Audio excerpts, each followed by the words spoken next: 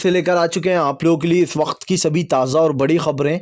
एक एक कर आपको सारी खबरों की जानकारी देंगे। आज देश दुनिया में क्या कुछ हो रहा है। दरअसल दोस्तों, सबसे पहली जो बिग ब्रेकिंग न्यूज़ आ रही है, राकेश टिकैत का मोदी सरकार पर बड़ा हमला। बोले अगर हक नहीं दिया तो सत्ता की कुर्सी छीन लूंगा। जी हाँ, समंदर के रास्ते भागने वाले चोर हैं ये लोग, इनको सत्ता से उतार कर फेंक देंगे। इसके बारे में आपको विस्तार से बताएंगे। वहीं पर दोस्तों, अगली बिग ब्रेकिंग में हम आपको बताएंगे। जी हाँ, ममता बनर्जी ने लगाया बीजेपी के जहरीले आप लोग बता दें दोस्तों, विधायक और सांसदों पर रोक। बोले यहां पर रैली नहीं करने देंगे। जी हां, जो लोग भद्र भाषा का यूज करेंगे, हेलीकॉप्टर उतारने पर रोक। इसके बारे में आपको बताएंगे। वहीं पर अगली बिग ब्रेकिंग में हम आपको बताएंगे दोस्तों। जी हां, दरअसल दोस्तों आप लोग बता दें, मोदी सरकार को घेरा। जी हां, आप लोग बता दें, योगेंद्र यादव ने बोले नो वोट फॉर बीजेपी, अब की बार सत्ता से बाहर बीजेपी की सरकार। जी हां, नया नारा, अब की बार बाहर सत्ता से बीजेपी की सरकार। इसके बारे में भी आपको विस्तार से बताएंगे। वहीं पर असम में उठा दोस्तों फिर से एक बार CAA का मुद्दा, कांग्रेस ने उठाया CAA का मुद्दा। तो सर्बानंद सोनोवाल बोले कि CAA कोई मुद्दा ही नहीं है। सोचिए दोस्तों, CAA को लेकर पूरे देश में हंगामा हुआ और सर्बानंद सोनोवाल कहते हैं कि CAA असम में कोई मुद्दा ही नहीं है। इसके बारे में भी आपको बताएंगे। वहीं पर अगली बड़ी खबर में हम आपको बताएंगे दोस्तों। दरअसल आप लोग बता दें, फिर से एक बार जी हाँ, हिंदू मुसलमान के नाम पर लड़ाई दंगे फैलाना चाहते हैं या RSS के लोग। जी हाँ दोस्तों, दरअसल आप लोग बता दें, अब जो 1991 में एक कानून बना था कि अब जो धर्म स्थल जहां पर है वहीं पर रहेगा, उस कानून को चुनौती देने की बात कर रहे हैं ये RSS के चड्डाधारी। जी हाँ, इसके बारे में आपको विस्तार से बताएंगे। वहीं पर अगली बिग ब्रेकिंग में हम आपको बताएंगे, यूपी में कई जी हाँ, रोड के किनारे जो धर्म स्थल है उनको हटाने की जो बात चल रही है दोस्तों, उसको लेकर अब कई मौलाओं ने आपत्ति जताई है। बोले एक तरफी कार्रवाई होगी। जी हाँ, इसके बारे में भी आपको विस्तार से बताएंगे। वहीं पर अगली बिग ब्रेकिंग में हम आपको बताएंगे दोस्तों, ममता बनर्जी का मोदी सरकार पर बड़ा हमला। बोले जोरों शोरों से होगी जी हाँ चुनाव की तैयारी, डरने वाले नहीं है, फिलहाल पीछे नहीं हटेंगे। इसके बारे में भी आपको विस्तार से बताएंगे। तो सारी खबरें एक एक कर देंगे। फिलहाल खैर चलिए बढ़ते हैं सबसे पहली और सबसे बड़ी खबर की ओर। दरअसल दोस्तों आप लोग बता दें, किसान नेता राकेश टिकैत भड़के। बोले फिलहाल अगर हक नहीं दिया तो कुर्सी छीन लेंगे। जी हाँ, अगर किसान को उसका हक नहीं मिला तो कुर्सी छीन लेगा। ये समुंदर के किनारे भगने वाले लुटेरे हैं। जी हाँ, इनसे देश को बचाना है। अब देश की सत्ता को इनके हाथ से वापस छीनना है। किसान नेता राकेश टिकैत दोस्तों उभर कर निकले। किसान नेता राकेश टिकैत ने कहा कि फिलहाल ये सरकार तानाशाही सरकार है और ऐसी सरकार का इस देश में कोई भी लेना देना नहीं है। जी, ऐसी सरकार को देश से बाहर निकालेंगे।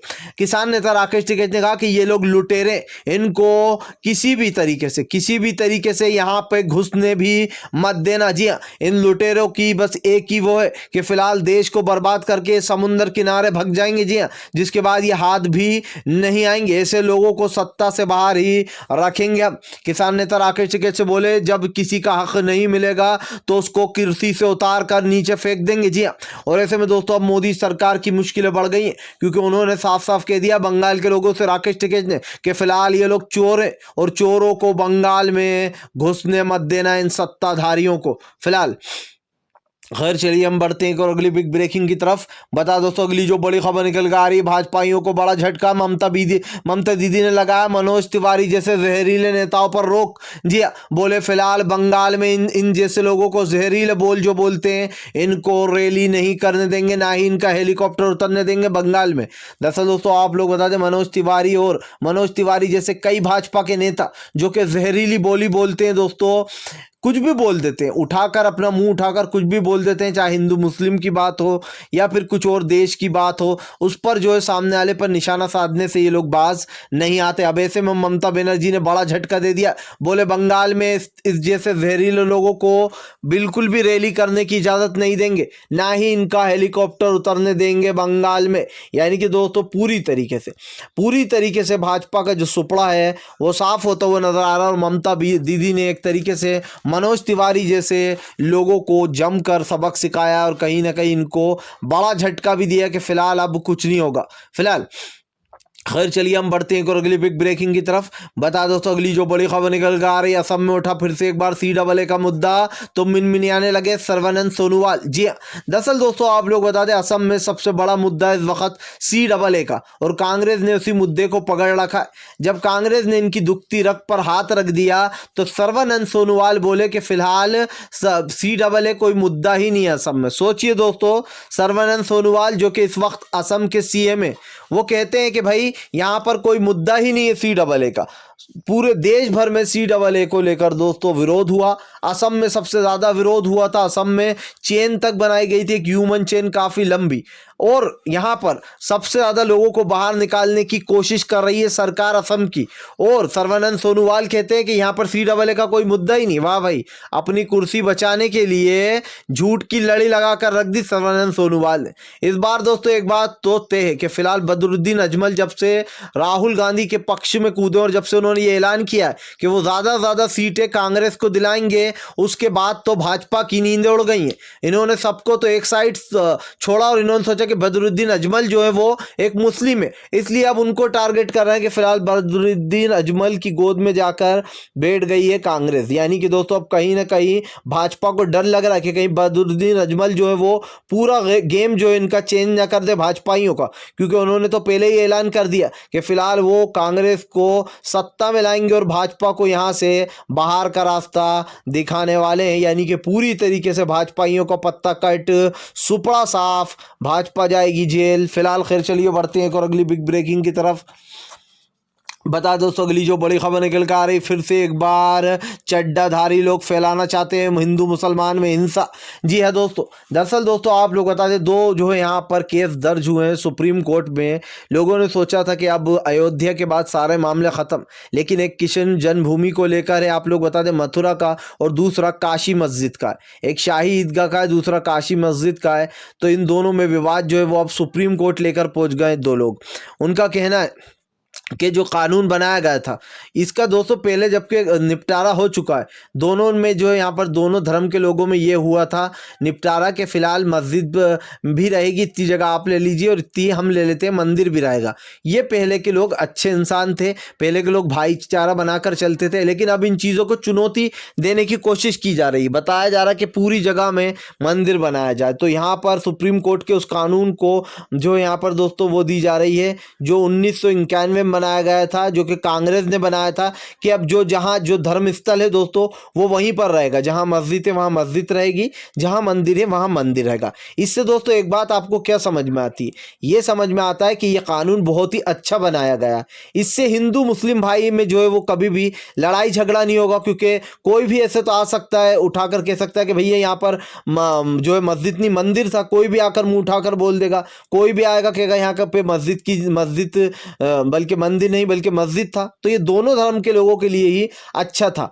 लेकिन अब इस कानून को कुछ अंधभक्त जो है वो चुनौती दे रहा है और बोल रहा है इस कानून को हटाना चाहिए, लोगों को अपने कानून को सुप्रीम कोर्ट में ले जाने की इजाज़त देना चाहिए कि फिलहाल वो अपने इस कानून को इजाज़त में लेके जा पाए। तो सोचिए दोस्तों, ये दंगे फैलाने की साजिश की जा रही है। जो धर्म स्थल जहाँ पर है उसको वहीं पर रहने दिया जाए, या फिर ये लोग सोच रहे हैं कि अब जो यहाँ पर बाबरी मस्जिद का हो गया तो कुछ अंधभक्त अब सोच रहा है कि धीरे धीरे सभी मस्जिदों पर धीरे धीरे हम यही करें।